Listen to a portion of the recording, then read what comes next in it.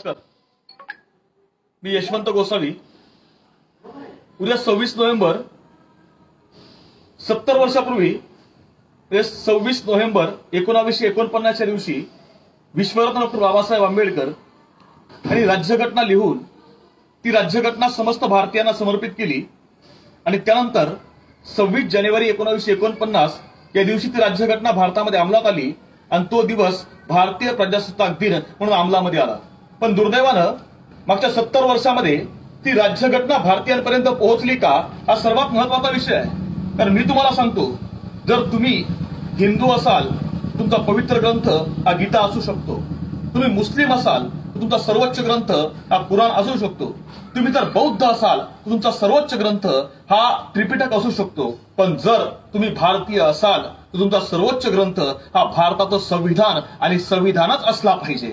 दुर्दैवानं आम्ही इथल्या व्यवस्थेवर अवलंबून राहिलो, आमच्यासारखे तरुण इथं अवलंबून राहिले. आम्हाला वाटलं ही व्यवस्था ही राज्यघटना आमच्यापर्यंत पोहोचवेल, पण आमचं दुर्दैव एक आहे की या व्यवस्थेमध्ये आमची न्यायालय कोर्ट ही राज्यघटनेवर चालली, पण इथल्या व्यवस्थेनं आम्हाला शपथ घेण्याकरता हातामध्ये गीता आणि कुराण ठेवलं. यांनी आम्हाला राज्यघटना दिली नाही, यांनी आम्हाला पर्यावरण शिकवलं, यांनी इतिहास शिकवला, भूगोल शिकवलं, नागरिक शास्त्र शिकवलं, इव्हाना आम्हाला शारीरिक शिक्षण सुद्धा शिकवलं, पण यांनी ज्याच्यावर देश चालतो ती राज्यघटना आम्हाला शिकवली नाही. का शिकवली नाही याचं उत्तर आम्ही मागितलं पाहिजे. बाबासाहेब आंबेडकरांनी राज्यघटना लिहिली, पुढे जातीकरता लिहिली का, धर्माकरता लिहिली का, पंथाकरता लिहिली का? बाबासाहेब आंबेडकर राज्यघटना लिहित आहेत आणि संविधान सभेचं काम चालू आहे आणि त्यावेळी राज्यघटना लिहित असताना पी.व्ही. कामत नावाचे ग्रस्त आहेत, ते बाबासाहेबांना सांगतात, बाबासाहेब हा देश धार्मिक आहे, तुम्ही राज्यघटना लिहितायत, तर बाबासाहेब राज्यघटनेची सुरुवात ही तुम्ही ओम नमः शिवाय नावानं केली तर खूप बरं होईल. बाबासाहेब काहीच बोलले नाहीत. त्यानंतर हजरत मोहम्मद नावाचे एक मुस्लिम गृहस्थ आहेत, ते बाबासाहेबांना सांगतात, बाबासाहेब आपण राज्यघटना लिहितायत पण राज्यघटनेची सुरुवात जर तुम्ही अल्लाच्या नावानं केली तर चांगलं होईल.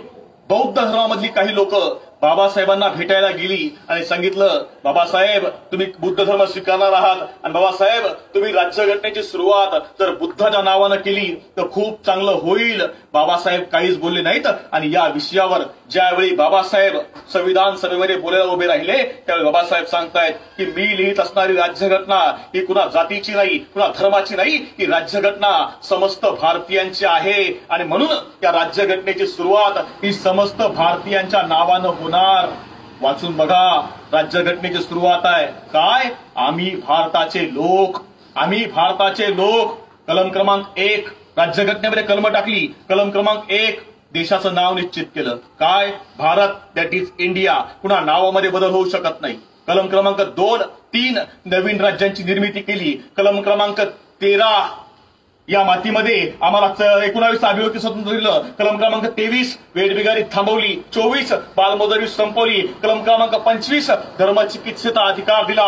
कलम क्रमांक 45 प्राथमिक शिक्षण सक्तीचं केलं. कलम क्रमांक 51 देवा धर्माच्या नावावर लुटीला तुरुंगवास केला. कलम क्रमांक 341 एसटीला आरक्षण दिलं. कलम क्रमांक 342 एसटीला आरक्षण दिलं आणि 341-42च्या आधी 340 ओबीसीना आरक्षण दिलं. हे मी सांगत नाही, भाऊसाहेब पंजाबराव देशमुख आम्हाला सांगतात. दुर्दैवानं या मातीमधल्या भारतीयांपर्यंत बाबासाहेबांचा हा इतिहास पोहोचला नाही. हा आम्हाला समजून घ्यावा लागणार आहे, आम्हाला अभ्यासावा लागणार आहे आणि तो अभ्यासाचा असेल तर माझी मातीमधल्या भावंडांनो ही राज्यघटना पहिल्यांदा समजून घ्या तर आम्हाला इतिहास समजणार आहे. बाबासाहेबांनी राज्यघटनेमध्ये कलम 395 टाकली. 395 का? बाबासाहेब सांगतायत की मी राज्यघटनेमध्ये कलम 395 टाकली. याचं कारण असं होतं की माझ्या आधी सुद्धा या राज्यघटनेची चौकट ही पुण्यामधल्या एका घरामध्ये तयार झाली होती आणि त्या घराचा क्रमांक होता 395 गंजपेठ पुणे आणि ते घर माझ्या गुरूंचं म्हणजे राष्ट्रपिता महात्मा ज्योतिराव फुले यांचं होतं. माझ्या गुरूंना वाहिलेली मी ती सर्वोच्च श्रद्धांजली आहे. माझ्या भावंडांनो ही राज्यघटना शिवाजी महाराजांच्या विचाराची आहे.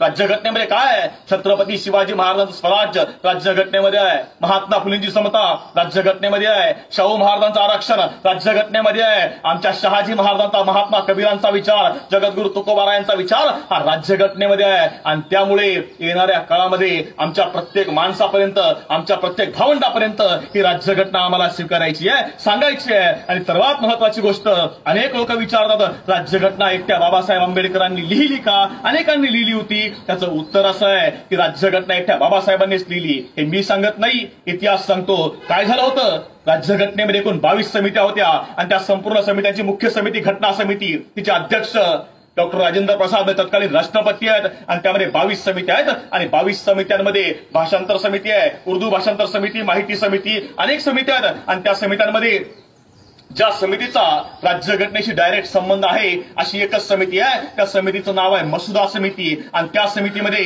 7 लोक काम करतायत आणि त्यामध्ये एक जण कामावर आला नाही, एकानं राजीनामा दिला, 2 जण राजकारणामध्ये अडकले, एक अमेरिकेला निघून गेला, एकाचा मृत्यू झाला, 6 जण कामावर आले नाहीत आणि हे संपूर्ण काम एकट्या बाबासाहेब आंबेडकरांनी केलं. 2 वर्ष 11 महिने आणि 18 दिवस राबून बाबासाहेबांनी काम पूर्ण केलं आणि राज्यघटना पूर्ण केली. हे मी सांगत नाही. दिल्लीला संसदेमध्ये जाऊन बघा, संसदेमध्ये सेंट्रल हॉल आहे आणि त्या हॉलमध्ये एक फोटो आहे, ज्या फोटोला साक्षी म्हणून भारताच्या सर्वोच्च न्यायालयाच्या न्यायमूर्तींचा हे शपथविधी होतो, पंतप्रधानांचा शपथविधी होतो. त्या हॉलमध्ये एक फोटो लावलाय. तो फोटो असा आहे की एका बाजूला भारताचे तत्कालीन राष्ट्रपती राजेंद्र प्रसाद, तत्कालीन पंतप्रधान पंडित जवाहरलाल नेहरू आणि त्यांचं अख्खं मंत्रिमंडळ उभं आहे आणि दुसऱ्या बाजूला एक माणूस आपल्या हातामधली राज्यघटना समस्त मंत्रिमंडळाकडे सुपूर्द करतोय आणि त्या एकट्या माणसाचं नाव आहे डॉक्टर बाबासाहेब आंबेडकर. राज्यघटना लिहिली एकट्याने, म्हणून दिली एकट्याने. हे मी सांगत नाही, इतिहास सांगतो. आणि म्हणून माझ्या भावंडांनो, राज्यघटना ही तुमची आमची आहे, वाचावी लागेल, अभ्यासावी लागेल. जय हिंद, जय संविधान. धन्यवाद.